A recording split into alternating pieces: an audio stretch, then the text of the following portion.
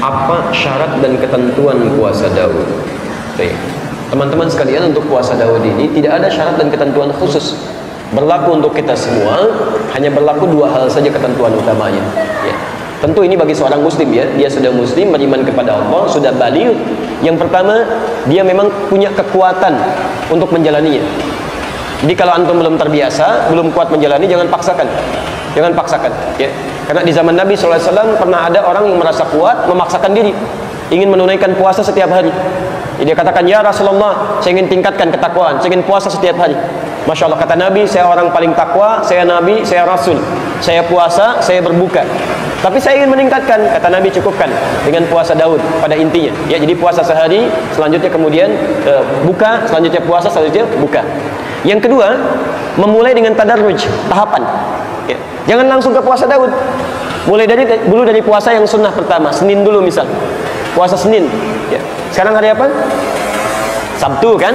Insya Allah nanti lusa ya, Ahad, Senin ada kesempatan puasa. Jadi kalau belum pernah puasa sunnah sama sekali, mulai dengan puasa Senin dulu. Kalau Senin sudah nikmat, kemudian baru pindah ke Kamis. Senin dengan Kamis. Senin Kamis sudah nikmat, alhamdulillah, antum tambah dengan ayyamul bidh. Ya, puasa 3 hari berturut-turut di pertengahan bulan. Kalau sudah terbiasa baru naikkan kepada puasa Daud. Ya, puasa sehari, besoknya buka. Senin puasa, Selasa buka. Rabu puasa, Kamis buka. Nah, kalau puasa Daud bersamaan dengan puasa sunnah Senin Kamis, yang diambil Daudnya. Ya. Jadi kalau antum sudah terbiasa Senin Kamis kemudian puasa Daud, saat Kamisnya buka, maka saat Kamis itu pun dihitung pahala puasanya. Karena Anda telah terbiasa puasa Senin Kamis sebelumnya. Di ketika levelnya naik, misal saya puasa Senin Kamis, Senin dan Kamis puasa. Kemudian saya pindah puasa Daud, Senin puasa, Selasa buka, Rabu puasa, Kamis buka. Kalau sudah puasa Daud, Kamisnya jangan puasa. Di Rabu puasa, Kamis buka, jangan puasa. Nah, saat Anda buka itu, karena sebelumnya Anda terbiasa puasa Senin Kamis, pahala puasa Senin Kamis tetap diberikan. Ya. Itu ada di hadis Al-Bukhari, Nabi menyampaikan, "Idza maridal 'abdu aw safar kutiba lahu mithla ma kana 'alaihi muqiman sahihan." Kalau seorang hamba punya udhur atau terbiasa menunaikan amalan khusus, kemudian dia melakukan amalan lain seperti safar dan tidak mengerjakan amalan sebelumnya, maka amalan sebelumnya tetap dituliskan pahalanya walaupun dia tidak mengerjakannya. Saya mau ke Bandung dari Bekasi, padat macet luar biasa, istirahat di kilometer 57. Kemudian di situ tiba waktu zuhur, diduga sampai ke Bandung maghrib.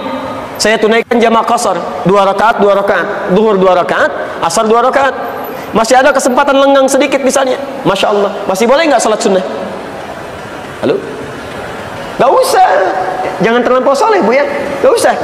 Ya, yang fardu aja antum kurangi 4 jadi 2, bagaimana bisa ditambah dengan sunnah? Yang fardu aja Anda kurangi, maka sudah tidak dikerjakan.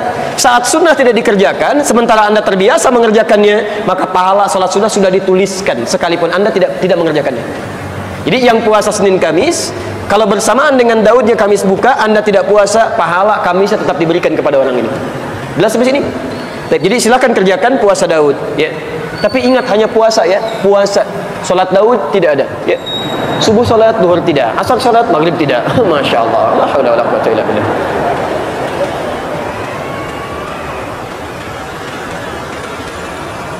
Baik, apakah benar hari Jumat tidak boleh puasa tanpa disandingkan dengan hari sebelumnya atau setelahnya? Jika benar tidak boleh, bagaimana dengan puasa Daud yang selang sehari? Ini nggak ada kaitan puasa Jumat dengan puasa Daud. Yang dimaksud dihubungkan, maksudnya begini, kalau menyengaja puasa di hari Jumat tanpa ada illat, sebab tertentu, misal sebab tertentu itu ada puasa yang diwajibkan masuknya hari Jumat, seperti puasa Ramadan misalnya kan, maka tetap dilakukan.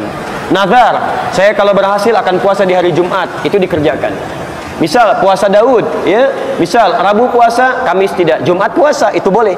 Tapi kalau menyengaja puasa di hari Jumat tanpa alasan, itu tidak dibenarkan, nggak boleh hukumnya, tidak boleh. Karena Jumat itu hari raya untuk orang Islam, hari raya untuk orang Islam yang khusus datang setiap pekan ya, bukan setiap waktu. Jelas ya?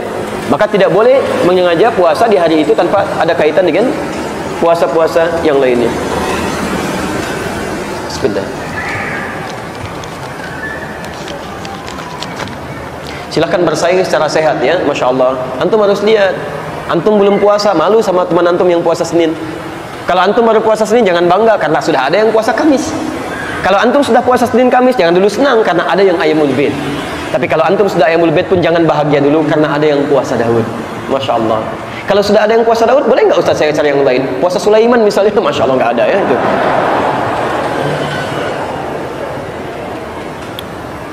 Jazakallah khair Ustaz, menyampaikan materi yang sesuai dengan keadaan saya yang baru mulai berhijrah. Alhamdulillah. Saya ingin bertanya, saya berusaha menjawab. Saya mengincar surga Firdaus, Masya Allah. Bukan hanya antum, yang lain juga sama gitu ya. Baik. Namun masih banyak yang saya belum pelajari ya. Kuliah saya agar tidak, ini bukan saya nggak bisa baca ya, bukan tulisannya yang nggak jelas, saya yang kurang bisa membaca dengan baik. Sebentar. Oh baik. Aktivitas saya, kuliah saya menjadikan saya beraktivitas, banyak begadang, sulit untuk tahajud. Bagaimana saya menyikapi hal ini? Apakah kuliah Anda menjadi penghalang untuk Anda tahajud? Tidak. Saya bahkan pernah sekolah di pesantren di Darul Arqam di Garut. Ya, Masya Allah, masuk kelas jam 5 subuh dengan seragam, pakai sepatu. Kalau pakai sendal nggak bisa masuk Pak, kecuali pakai surat izin. Pakai seragam. Ada yang belajar fisika, matematika, kimia, nahwu, sorof, tafsir dan sebagainya. Keluar jam berapa? Jam 9 malam. Masya Allah, jam 9. Kadang kami suka iseng kalau ditanya, di mana sekolahnya? Masya Allah, di Thanawiyah 59. Masuk jam 5, keluar jam 9 malam. Dengan pakaian yang sama, keadaan yang sama. Jam 5 masuk, 6:15 keluar, makan, jam 7 masuk lagi. Keluar setengah 12, sholat duhur, istirahat, jam 3. Kemudian setengah 4, jam 4 masuk lagi, keluar setengah 6, istirahat, masuk lagi setengah 8, keluar jam 9. Terus setiap hari. Kadang setelah itu mengulang lagi materi. Saya pergi ke masjid, mengulang lagi. Apakah meninggalkan tahajud? Tidak. Masih bisa bangun malam. Dan enak, nyaman, biasa saja. Ya, kami kuliah juga sama, masih bisa sholat malam, gak ada penghalang. Sahabat Nabi Uthman menikah dengan 2 putri Nabi, dikenal dengan Dzun-Nurain, sahabat terbaik, pekerjaannya banyak, asetnya luar biasa, sibuknya luar biasa. Berangkat sana sini, kadang-kadang beliau datang berniaga ke tempat lain, merantau, Masya Allah, luar biasa, sibuk dan kaya. Saking kayanya sampai sekarang asetnya masih ada. Di Madinah sekarang masih ada. Ya, seperti yang pernah saya jelaskan dulu. Sekarang akan dibangun hotel. Royaltinya diambil, disimpan di Bank Saudi, disedekahkan atas nama sahabat Utsman bin Affan radhiyallahu taala anhu. Apakah meninggalkan tahajud? Tidak. Cek keterangan Imam An-Nawawi di kitab At-Tibyan fi Adab Hamalatil Quran. Anda yang punya terbitan yang warna coklat, ya, terbitan dari Kutub Islamiyah yang merah marun warna coklat, lihat di halaman 38 di paragraf yang pertama, baris 1 sampai 2, posisi paling kanan sebelah atas di pojok. Yang terbitan Darun Nafais warnanya kuning, lihat halaman 47, paragraf ketiga, baris 1 sampai 7, posisi paling kiri sebelah bawah. Ya. Apa kata beliau? Sahabat Utsman tidak meninggalkan tahajud, bahkan bisa tahajud sampai hatam Quran. Sahabat Nabi, dekat dengan Nabi, dijamin masuk surga tanpa hisab. Menikah dengan 2 putri Nabi, malaikat Jibril turun malu kepada beliau, dijamin masuk surga tanpa hisab, tingkat surga paling tinggi. Orangnya kaya, asetnya ada sampai sekarang, masih bisa tahajud dalam kesibukannya sampai hatam Quran. Antum sahabat Nabi bukan, surga belum jelas, tidak menikah dengan 2 putri Nabi, tetangga Nabi juga bukan, kerabat Nabi juga bukan. Masya Allah, malaikat turun, nggak malu lihat antum. Sekaya apa antum dibandingkan Utsman sampai antum nggak bisa tahajud? Bukan tahajudnya yang salah, mungkin antumnya yang belum bisa menata aktivitas dengan baik. Pasti bisa. Cara belajarnya barangkali yang butuh strategi yang lain. Ya, orang lain bisa, kenapa antum tidak? Tanya teman sekelas antum, apakah semuanya sesibuk antum begitu? Jangan-jangan materi kuliahnya sama, SKS-nya sama, dosennya sama, pelajarannya sama, ujiannya sama. Teman antum bisa tahajud, antum tidak bisa. Apa yang salah dengan antum? Jelas? Jadi bahasa lembutnya, coba kembali lagi lihat, barangkali ada pekerjaan banyak yang tidak penting, yang tidak spesifik, yang tidak prioritas, sering dikerjakan sehingga menghambat untuk ibadah. Bikin rencana yang baik lagi ya, insya Allah. Quran surah Al-Insyirah, فَإِذَا فَرَغْتَ فَانْصَبْ وَإِلَى رَبِّكَ فَارْغَب. Jadi antum susun dulu rencananya. Saya kalau terbiasa begini, kalau saya mau datang ke satu tempat, itu saya pelajari dulu. Ya, dulu saya belajar alhamdulillah. Pertama kali guru yang mengajarkan saya dari Timur Tengah itu dari Madinah. Ada Syekh Fa'i, Syekh Ali, saya masih ingat betul. Kemudian ada Syekh Afifi, Ustaz Afifi, Dr. Sultan, kan? Sampai saya belum berangkat, sampai saya pengen ke Madinah waktu itu. Ya, dan diberikan rekomendasi, alhamdulillah. Ya, dan orang yang dekat ya dengan orang-orang di sana, dan bisa dikatakan secara kemanusiaan, ikhtiar manusia, kalau sudah diberikan, insya Allah nggak ditolak gitu. Tapi Allah berkehendak lain. Ya, terjadi bom Bali pada saat itu. akses ditutup, tidak ada penerimaan beasiswa. Masya Allah, harap-harap ke Madinah Munawwarah, sampainya ke Madinah Ciputat. Masya Allah, kuliah di sana, masuk mengambil dari jurusan yang kerjasama dengan Al-Azhar, Dirasat Islamiyah wal Arabiyah. Gurunya dari Mesir, ada dari Mesir, dari India, dari macam-macam, termasuk dari MUI. Antum tahu, setiap saya punya keinginan, saya keluarkan buku-buku Madinah, saya baca, saya keluarkan kurikulumnya, fakultas ini bacaannya, ini buku-bukunya. Ketika ada di Mesir, saya baca semuanya. Orang Al-Azhar belajar apa? Semester 1, semester 2 jurusannya apa? Bukunya saya kumpulkan, saya pelajari. Dan kadar Allah, ya kami diminta untuk ke Libya. Begitu berangkat ke Libya, sebelum berangkat saya telepon orang Libya. Pelajarannya apa? Masya Allah, apa saja? Jurusannya apa saja? Saya turunkan semua kitabnya. Saya baca, saya pelajari, saya bikin peta. Berapa lama saya kuliah? Apa yang dipelajari? Apa yang harus saya lakukan? Masuk jam berapa? Keluar jam berapa? Bisa pulang nggak ke Indonesia? Perpustakaannya di mana? Begitu sampai ke sana, yang saya lakukan masuk perpustakaan. Saya lihat masuk ke dalamnya, saya bikin peta. Di sini kitab Ulumul Quran, di atas peta sejarah, di sini kitab ini. Saya sudah punya petanya. Sehingga saya bisa mengatur kapan saya tahajud, kapan saya kerjakan ini, kapan saya kerjakan itu. Semuanya baik, nggak ada masalah. Ya, kami alhamdulillah bisa belajar dengan baik, bisa tahajud, bisa menulis, bisa macam-macam dan sebagainya. Jadi nggak ada hambatan di sini. Nah, coba antum lihat, barangkali banyak kegiatan yang tidak penting yang diberikan porsi berlebihan sehingga sulit untuk mengerjakan yang baik-baik yang lebih penting lagi. Ya, baik. Tidak harus jadi orang lain, cukup jadi diri sendiri. Jangan jadi Adi Hidayat, jadi diri sendiri. Kalau antum jadi saya repot gitu kan? Baik. Ibu saya nanti sulit gitu. Adi datang yang lain. Ya mah, padahal saya yang asli gitu kan?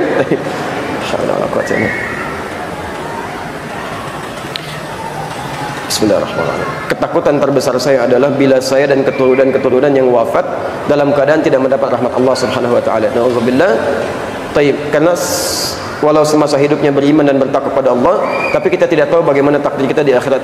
Yang menentukan kita masuk surga, mendapat rahmat Allah atau bukan, itu Allah Subhanahu wa taala, bukan kita. Kita boleh merasa khawatir, tapi jangan berlebihan, karena setan pun datang kepada kekhawatiran. Itu bagian dari ujian. Quran surah kedua ayat 155, posisi paling kiri sebelah atas. Walanabluwannakum bisyai, kami akan uji setiap yang hidup dengan berbagai ujian kehidupan. Minal khauf, pertama kali khawatir. Gak ada manusia yang gak khawatir. Gak ada manusia yang gak khawatir. Antum pun mungkin sekarang khawatir. Khawatir anak kalau tidak baik belajar, khawatir suami kalau pulang telat, kan? Khawatir kalau sekarang terlambat, kan? Macam-macam gelisah itu ada. Gelisah kalau ustadznya belum berhenti juga, kapan ustadz selesainya gitu kan? Ada acara ini, ada itu dan sebagainya, macam-macam dan sebagainya. Jadi muncul. Tapi bagaimana kekhawatiran yang wajar? Nah, poinnya lihat sini. Benar, surga dan rahmat Allah ada dalam ketentuan Allah. Tapi Allah pun bikin aturan bagaimana itu didapatkan. Tugas antum hanya mengikuti aturan itu saja. Allah katakan sholat, antum sholat. Allah katakan berdoa, antum berdoa. Allah katakan taat, antum taat. Begitu antum ikuti aturan itu, berharap rahmat Allah, insya Allah Allah pun akan menurunkan rahmatnya seperti yang dijanjikan dalam Al-Quran dan hadis-hadis tadi. Ya. Jadi kalau antum ada perasaan seperti itu wajar, tapi jangan larut dalam hal yang demikian sehingga menjadikan anda salah dalam ibadah atau malas menunaikan hal-hal yang benar untuk dikerjakan. Tetap optimis, positif, dan cukup kerjakan ikhtiar dengan amal soleh. Bismillah, Ustaz mau nanya. Baik, saya mau jawab insyaallah.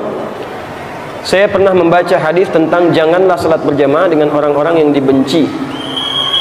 Saya lupa riwayatnya. Siapa? Atau imam dengan orang yang dibenci.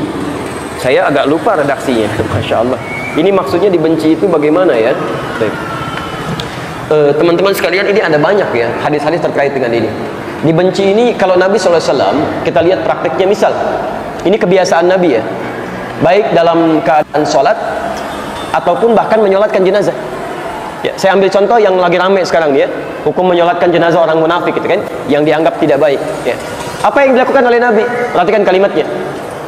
Antum punya tafsir Ibnu Katsir? Baik. Antum punya tafsir apa?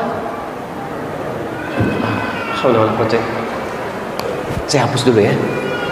Antum tenang aja. Bismillah.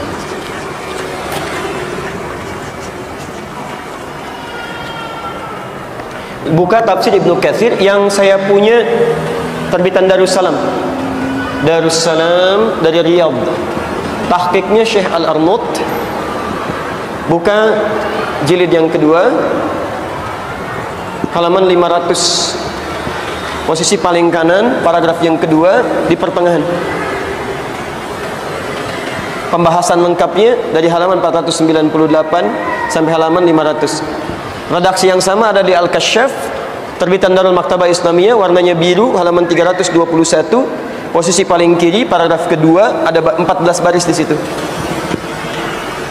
Jadi Rasulullah SAW bahkan dalam menyolatkan jenazah pun akan bertanya kepada kerabat sekitarannya, ya, ahadza min ahli khair, ini orang baik gak? Kalau dikatakan, ya, ini orang baik ya Rasulullah, ishadu, tolong saksikan, saya akan menyolatkan. Maka sahabat bergabung menyolatkan dan sebagainya. Tapi kalau sekiranya bukan orang baik, ya, termasuk misalnya yang terlilit utang piutang dan sebagainya, maka Rasul kurang berkenan menjadi imam baginya, ya, tidak mau menyolatkan. Ya, tapi mohon maaf, beliau dengan kalimat yang indah, lihat kalimatnya, ya, saya tidak bisa menyolatkan orang ini, silahkan keluarga dan teman-teman yang lain yang ingin menyolatkannya. Ya. Jadi kalau Anda melihat keburukan pada orang lain yang belum tentu orang lain memiliki persepsi yang sama, belum tersebar luas, jangan menyebarluaskan, karena belum tentu tidak baik menurut Anda, buruk menurut Anda, belum tentu buruk menurut orang lain. Jadi kalau Anda pernah melihat seseorang misalnya berbuat yang tidak baik, ada rasa kebencian pada diri Anda boleh benci, tapi orang lain belum tentu. Anda tidak ingin sholat dengan dia, redaksi kalimatnya apa dalam bahasan fikihnya, supaya tidak terganggu konsentrasi Anda, kekhusyuan Anda dalam ibadah, supaya tidak ada ikatan yang buruk ketika Anda menunaikan sholat, karena setan masuk memberikan waswas kepada Anda. Ya, hadis riwayat Abu Daud nomor hadis 666, termasuk di Al-Bukhari, ya, nomor hadis 857. Lihat kalimatnya, idza udzina tafarra syaitanu wa alaihi dharat. Kalau adzan dikumandangkan maka setan akan lari sambil terkentut-kentut. Ya, ini bahasa kiasan, maksudnya kentut kan ada baunya. Jadi dia bukan cuma pengen nggak dengar adzan, dia pengen juga hidungnya tidak mencium bau adzan. Saking bencinya dengan suara adzan, dia pergi. Ya. Makanya antum nggak usah kaget, antum jalan dengan non muslim ya, tiba-tiba adzan berkumandang, Allahu Akbar, Allahu Akbar, non muslim pun bisa ingatkan antum, mas sudah adzan, apa mau sholat dulu? Karena setan sedang pergi. Faidah sawiba fa'ada, kalau selesai adzannya balik lagi setannya. Maka antum jangan kaget, yang muslimnya bisa menjawab, tenang aja mas, baru adzan, belum qomat, karena setan kembali lagi.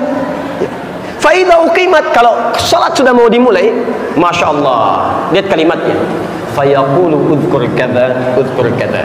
Jadi kalau Anda belum salat, masih berdiri begini, itu masih tenang, biasa aja, nggak ada masalah. Tapi ketika Anda mulai bertakbir, kata Nabi, setan mulai masuk. Dia katakan, ingat ini ya, ingat itu ya. Maka Anda akan mengingat apapun yang tidak ingin Anda ingat. Gak percaya silahkan. Nanti sholat zuhur sebentar lagi, ketika Anda bertakbir seperti ini, Allahu Akbar, akan masuk banyak ingatan yang tidak ingin Anda ingat. Bahkan pelajaran saya ini pun akan masuk tuh. Ingat, begitu Anda takbir, hati-hati, setan akan mengatakan ingat ini, ingat itu. Padahal dia setan tuh. Dan di antara yang dikhawatirkan adalah, ini yang paling bahayanya, ketika Anda sholat dengan orang yang Anda tidak sukai, punya masalah dengan Anda, dan dia jadi imam, kelihatan oleh Anda. Bahkan hebatnya, sebelum sholat, setan datang kepada Anda, memberikan waswas. Ini kan musuh kamu, bagaimana bisa diimamin oleh dia? Jadi lebih mudah bagi setan menggoda Anda. Makanya ada himbauan dalam syariat, jika Anda tidak menyukai sesuatu dan tertanam dalam keburukan dalam diri Anda, belum selesai itu, maka jangan mengambil resiko sehingga sholat Anda tidak khusyuk, tidak baik dalam ibadah. Tapi poin yang terpenting, bagaimana Anda bisa menjadi benci sesama muslim. Ini poinnya. Sebetulnya pertanyaan sesungguhnya bukan bagaimana sholatnya. Pertanyaan sesungguhnya, mohon maaf, kenapa bisa terjadi sesama muslim saling benci? Allah sudah menyatukan Anda dengan cinta, kenapa Anda tinggalkan cinta itu menjadi benci? Allah jadikan Anda saling mencintai, kenapa Anda saling mencela? Allah jadikan Anda saling merangkul, kenapa saling memukul? Quran surah ketiga ayat 103, wa'tasimu bihablillahi jami'ah, ikatkan ukhuwah Anda, saling menyatu dalam ikatan tali Allah. Bahkan di ujung ayat, ya fa'asbahtum bi ni'matihi ikhwana, dengan nikmat Allah Anda bersaudara. Ya Allah satukan Anda, kenapa Anda pecahkan? Karena itu bertakwalah kepada Allah. Teman-teman yang hadir saat ini, ayo kompak ya, jangan cuma urusan dunia aja, ayo kompak, bangun ya, satu dengan yang lainnya.